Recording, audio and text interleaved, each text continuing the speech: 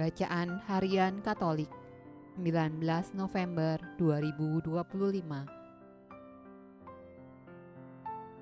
Marilah berdoa. Dalam nama Bapa dan Putra dan Roh Kudus. Amin. Allah yang berbelas kasih, sabdamu adalah terang dan pelita hidup kami. Utuslah Roh Kudusmu untuk membuka telinga, hati dan budi kami untuk mendengarkan dan memahami sabdamu. Doronglah kehendak dan tekad kami untuk mengamalkan sabdamu dalam hidup dan perutusan kami sehari-hari. Amin. Bacaan dari Kitab Makabe. Terjadi pula yang berikut ini. 7 orang bersaudara serta ibu mereka ditangkap.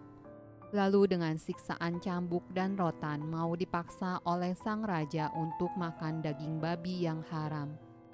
Tetapi terutama ibu itu sungguh mengagumkan secara luar biasa. Ia layak dikenang-kenangkan baik-baik. Ia mesti menyaksikan ketujuh anaknya mati dalam tempo 1 hari saja. Namun demikian, itu ditanggungnya dengan besar hati oleh sebab harapannya kepada Tuhan. Dengan rasa hati yang luhur, dihiburnya anaknya masing-masing dalam bahasanya sendiri, penuh dengan semangat yang luhur. Dengan semangat jantan dikuatkannya tabiat kewanitaannya, lalu berkatalah ia kepada anak-anaknya, "Aku tidak tahu bagaimana kamu muncul dalam kandunganku. Bukan akulah yang memberi kepadamu nafas dan hidup atau menyusun bagian-bagian pada badanmu masing-masing. Melainkan pencipta alam semestalah yang membentuk kelahiran manusia dan merencanakan kejadian segala sesuatunya. Dengan belas kasih-Nya, Tuhan akan memberikan kembali roh dan hidup kepada kamu. Justru oleh karena kamu, kini memandang dirimu bukan apa-apa demi hukum-hukumnya." Adapun Raja Antiochus mengira bahwa ibu itu menghina dia, dan ia menganggap bicaranya suatu penistaan. Anak bungsu yang masih hidup itu tidak hanya dibujuk dengan kata-kata, tetapi sang raja juga menjanjikannya dengan angkat sumpah bahwa anak bungsu itu akan dijadikannya kaya dan bahagia, asal saja ia mau meninggalkan adat istiadat nenek moyangnya. Bahkan ia akan dijadikannya sahabat raja, dan kepadanya akan dipercayakan pelbagai jabatan negara. Oleh karena pemuda itu tidak menghiraukannya sama sekali, maka sang raja memanggil ibunya dan mendesak supaya ia menasehati anaknya demi keselamatan hidupnya. Sesudah ia lama mendesak, barulah ibu itu menyanggupi untuk meyakinkan anaknya.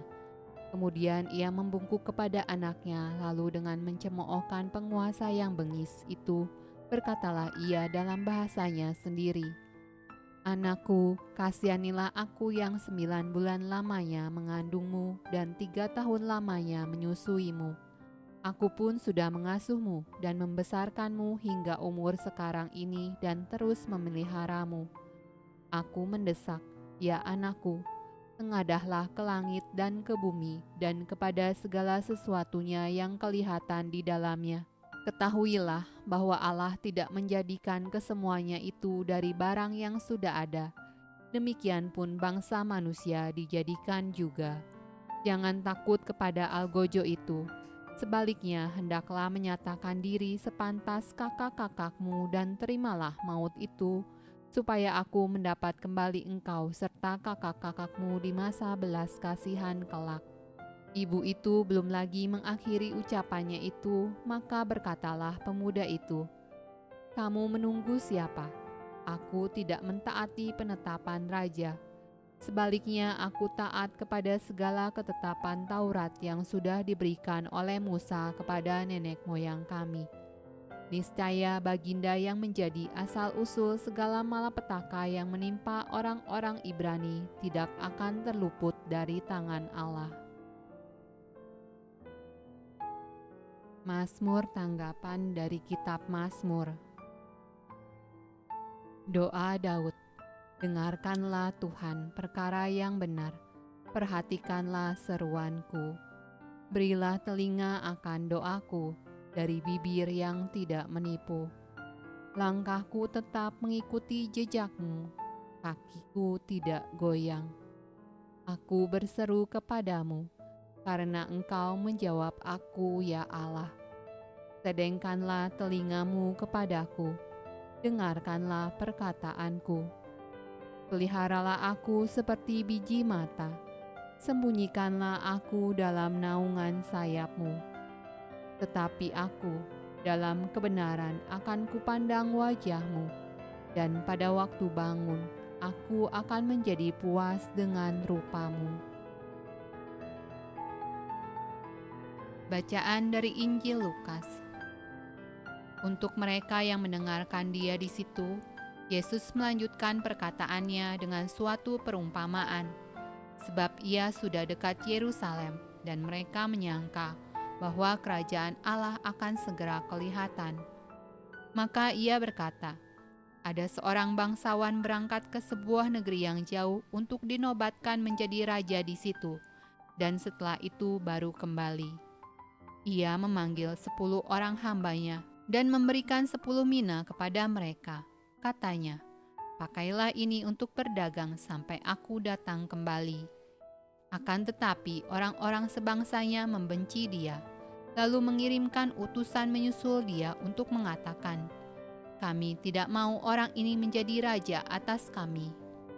Dan terjadilah ketika ia kembali, setelah ia dinobatkan menjadi raja, ia menyuruh memanggil hamba-hambanya yang telah diberi uang itu untuk mengetahui berapa hasil dagang mereka masing-masing. Orang yang pertama datang dan berkata, Tuan, mina tuan yang satu itu telah menghasilkan 10 mina. Katanya kepada orang itu, baik sekali perbuatanmu itu, hai hamba yang baik. Engkau telah setia dalam perkara kecil, karena itu terimalah kekuasaan atas 10 kota.